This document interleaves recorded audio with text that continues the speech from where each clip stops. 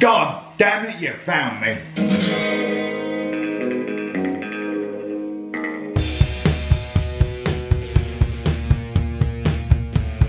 Hi gang, welcome to Mike on Monday, the West Ham show made by a bloke called Mike on a Monday. Sorry it's been a while, more on that later, but for now let's have a quick look at what's been happening at West Ham, really, over the length of this season. This way, let's go. Hi, I'm Leon, the bowling moose, and I love West Ham United. Before we get going guys, don't forget to subscribe to both Hammers Chat channels. They offer great content, and make sure you hit the little alarm button so you get notified when everything comes up.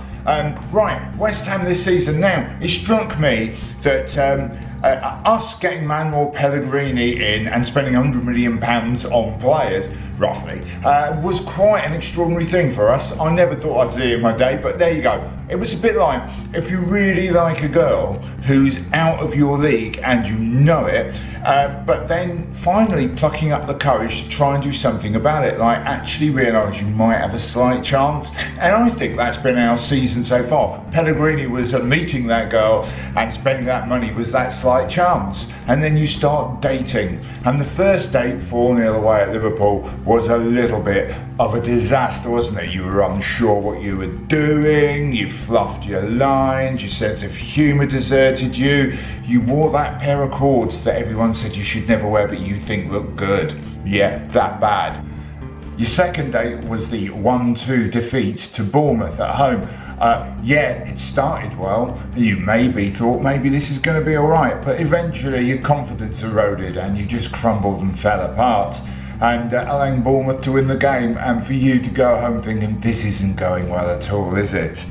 After that, we lost away at Arsenal 3-1. Again, starting well, laying on the style, better dressed this time, maybe styled your hair slightly differently, and it started to go pretty well, but eventually it crumbled to a 3-1 defeat. Rather unluckily, you thought the circumstances were against you. Maybe you spilt soup down the front of your shirt or something and made yourself look a bit of an idiot, and it wasn't really your fault. You know the kind of thing that can happen to anyone, but hey, the disaster which was the 1-0 home defeat to Wolverhampton Wanderers. Yes people, we lost 1-0 at home to Wolves and we didn't play well at all. The equiv date-wise is you've taken her to a nice restaurant, but you didn't sleep at all the night before. Maybe you'd had a few early drinks before you met her just to quell the nerves. And what happened? Nothing. You got nowhere. She was infinitely more entertaining than you were and looked really good, and you just didn't. And eventually it fell apart. Not even a peck on the cheek on the way home. But things are about to change, because finally all that hard work paid off. We won 3-1 at Everton. Great performance. We looked really good going forward and really good at the back. And what can we say? A great win. What happens here? You go out on a date, it goes really well. You both have a fantastic time. Finally, you're clicking. You think this really could be the one for me. And that's backed up by the 0-0 draw at home to Chelsea. Okay, it was 0-0, but we played really well. And you find that you're really clicking with this person suddenly. You're starting to really find each other interesting. You've discovered you both love the books of Murakami and Ian Banks. And you both have a little bit of a thing for 80s indie pop music. Yes, she is the girl for you. And as if that isn't enough for you to go on, you beat Manchester United 3-1 at home. You don't just beat them, you obliterate them 3-1. We played them off the park, people. Oh yes, we played them off the park, and that is the date that seals the deal. 3-1, really good performance. You go out for the night, it goes really well. Long, lingering kisses, and well, let's leave it there, shall we? Let's turn the lights out on that one. Except to say, we then went on to lose 1-0 away at Brighton. And what can I say about that other than that's like, we played well and we just didn't score. We missed a few chances, and that's that date where you go out and you have a lot of laughs, but something slightly changed. Maybe she took a while to text you back when you were organising it. Maybe you doubt splitting in. This is more you than her. After all, she's well out of your league.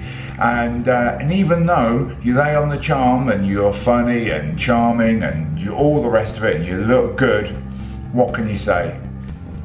No penetration, West Ham. No penetration from West Ham. Of course that's what I meant. And looking forward, what have we got? Well, we are at home to Spurs this week, which will be, let's face it, in the data crib, and I will drop this analogy because I've been pushing it for far too long, the data crib of meeting a family, not a mum and dad, maybe a sister or a brother or something like that, or an aunt. Not the huge one, that would be a cup final or something, wouldn't it? But something like that coming up this week, and you know you can't blow it. Even if it doesn't end in a shag, sorry did I say that, even if it doesn't end as you wish it to end, what you really need is to be good. Yeah people, that good performance is needed this week and the pressure's on. I think they'll deliver. What do you think? Leave your comments below, tell me what you think's going to happen this week. But, I'm no expert, I'm just, let's face it, just, you know, top of the fantasy league. But, I know a man who is. So let's see how Mike thinks this Saturday's game against Spurs is going to go over at the Tactics Centre. He's the guy in the know. Mike, what do you reckon's going to happen?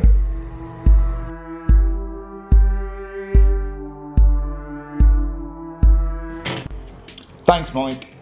This week, West Ham welcome Tottenham Hotspur to the London Stadium, which, while it has its faults, has at least been finished. West Ham will line up in their trusty 4-3-3 formation, while Tottenham Hotspur will be there, probably. But what can we expect during the game? Well, I think we can expect to see numerous Spurs attacks bouncing off of the great steel lump, which is known as Declan Rice. This classy player will then be distributing the ball up the pitch to counter-attack. The guy's class in a jar, and I don't expect Spurs to get far with him in the team. We can expect Felipe Anderson to do his favourite trick of kicking the ball past the player and then running after it. And maybe even a goal. We can expect Spurs players to fall over and writhe in agony just at the mere thought of encountering Issa Diop. And we can hope to see Marko Arnautovic put the ball in the back of the Tottenham net. I expect us to at least not lose to Spurs, and if we're lucky, maybe even beat them. That's it from the Tactics Centre. Back to Mike in the studio. Mike. Thanks, Mike. Brilliant stuff, as usual. Look at you. I love you. You beautiful West Ham supporting person. I love you. And if you're watching this show and you don't support West Ham, well, I love you too, because you're watching my show. Not quite as much as West Ham fans, but still, I do love you. Now, many of you are thinking, that's all very well, Mike. It's great to have you back on. Your show's going well, but what about Russia? And you're right. We have, of course, our Russian correspondent, Mikhail, who is based in Moscow, and you'll all be dying to catch up with his views on the season or the Spurs game. I don't know what he's going to talk about. Let's go and ask him. Mikhail in Russia, in Moscow, can you hear us? Hello, and greetings from Moscow. Yes, and so far this season, your West Ham of United team have been kicking a ball. It is called the ball. It is round, and yes, and so it is a football. This week, your Hammers of West Ham face the cock of Tottenham.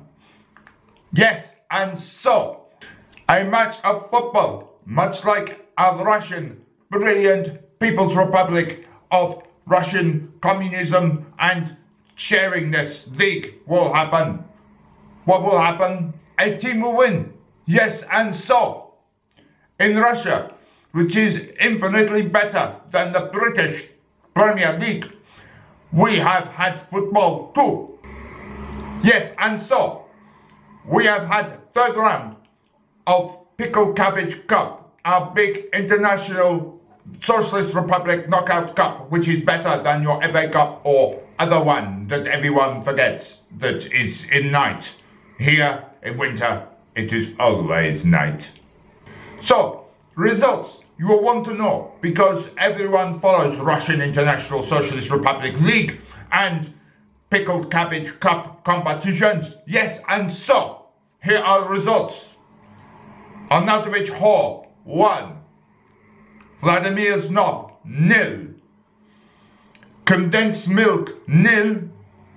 KGB Informers, 0. KGB Informers go through on corruption. And finally, Dynamic Tits, 6. Lack of Sympathy, 3. Yes, and so, back to you capitalist fascist pigs in England. Yes, and so. Thanks, Mikhail. So good to have that oversight from overseas, don't you agree? Now's the part we're going to come up to the bit now where we do your questions. You can leave comments below to ask me questions or contact me through Twitter at WHUMike and or on Facebook if you just follow me under my actual name, Mike Manera. You can find me there. And yeah, you can ask me anything, mostly West Ham related though, please, because otherwise it goes off topic a bit. And let's have a look at the questions you've been asking over the last few weeks. Here they are.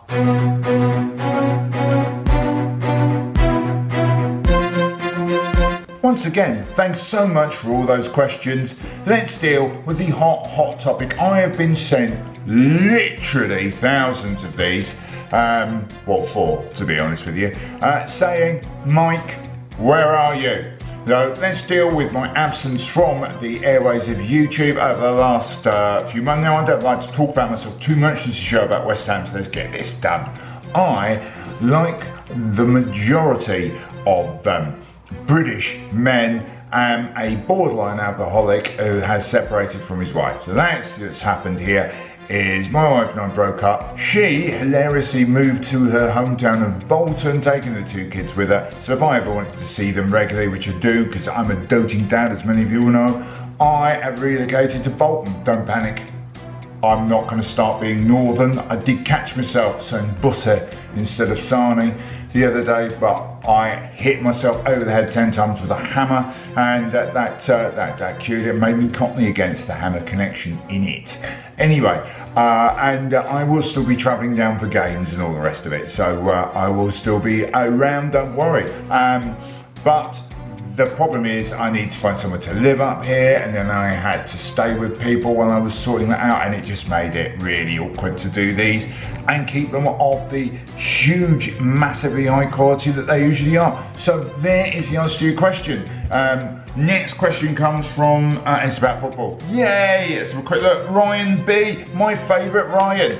Not Ryan A or Ryan C or D. Not that there's anything wrong with Ryan A, C or D, but Ryan B. He got in touch with me and he asked, very good question, what has happened to Chicharito and do we still need him? Now weirdly, I was watching a cup of tea the other day and the guys on there dealt with this, but I'm going to add my 2 penny worth is I think he has been submerged in soft Pete for the last month. Pete, I don't know if you know him, he's a soft guy. No, I'm joking. He's what has happened to him, I don't know. Do we need him? Doesn't look like it, does it? I still think we're short of options up front. I was quite surprised when Arnie was injured that we ended up with Mikel Antonio playing up front and not, what's his name, the other guy, Lucas Perez, and the other guy. Yeah, I know, it doesn't really matter, does he? I don't know whether Lucas Perez looks any good or not. I don't know if Chicharito looks any good or not. And the problem is, Arnautovic is doing a cracking job up there. He looks like a class in a jar kind of player. And what happens is everyone else looks really rubbish next to him in the strikers role, not the other players on the pitch. And I wonder whether Chicharito is going to be here come January, and are we that bothered if not? But the issue is we can't really bring in another key striker, can we? Because they know they'll be playing back up to Arnie. So I would be wondering if that young lad from Portugal we got in could come in and be number 2 striker or number 3 striker, whatever we needed. I don't know. What do you think, people? What do you think's happened to Chicharito? Comment below, let me know what you think. And finally, our final question for this week anyway, is from a question from Alex PTA. I don't know whether does Parents Teachers Association, so I've got kids, don't you? But Alex PTA, thanks for your question. And he asks, do I think Declan Rice should play for England or Ireland? Now, Alex PTA, do I think Declan Rice should play for England or Ireland? I'll be honest with you, Alex, I couldn't give a toss. As long as he's playing for West Ham. So as soon as we get this bloody contract malarkey sorted out, the better. West Ham, sign him up. He's clearly a first team player. Put him on a decent wage. Thank you very much. That's it for this week's Michael Monday. Now, if you've got any burning issue questions you want to ask me, please do leave a comment below and I'll attempt to do them next week. Or, as I said earlier, you can tweet me at WHUMike. Or just follow me on Twitter, full stop, because I like being followed, because I'm a bit weird like that. I will see you next Monday, because I will be back regularly, all things remaining equal. I am not hit by a bus or something daft. But hopefully we are going to beat Spurs. Hopefully I'll be there, all things relying equal, trains, buses, whatever. If you see me there or on the boats, Sam's Chat Boats, always a great place to meet up, then do come and say hi. I'm a very chatty, friendly, amiable kind of guy. If I'm not drunk. If I'm drunk, avoid me like the no, I'm joking. Do come and say hi, people. Or if you see me at the game, do come and say hi. Always a pleasure to meet you, beautiful, beautiful, lovely West Ham fans. Until next Monday, people, come on you Irons.